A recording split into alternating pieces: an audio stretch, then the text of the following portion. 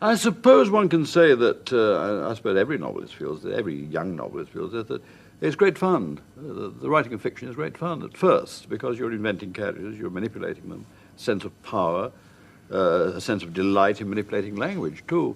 But as time goes on, and when one has, composed one's 30th novel, one realizes that one has been playing with fire all the way along. It's a very difficult form, a very difficult art form indeed, and the disciplines, the techniques involved are tremendously difficult.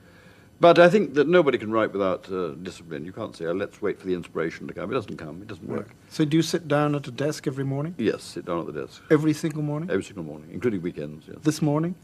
Oh, this morning I'm in London. I'm on a sort of holiday. I'm with you. I mean, this is not a working day. Do you rework what you've written? Do you go back over it?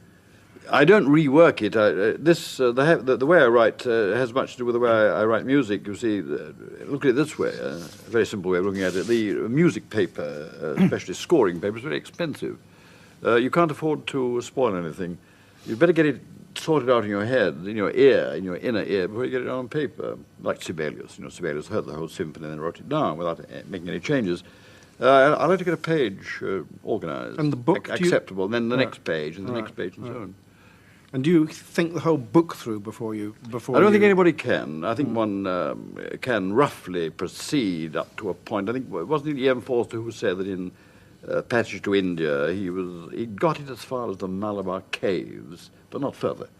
And Joyce said, don't work too much at thinking what the characters are going to do. They'll take over. Some people say that when the characters and the story are humming along, you can't resist the temptation to show off a bit, to put in wordplay, to tell us about language. I don't know why people call this showing off. I should imagine it was, does Rabelais, does Shakespeare show off?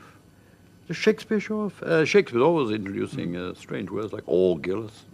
They kissed away kingdoms. That's a very daring thing to say. But grates me that some Antony Cleopatra is a show-off play, if you like. But I don't feel that.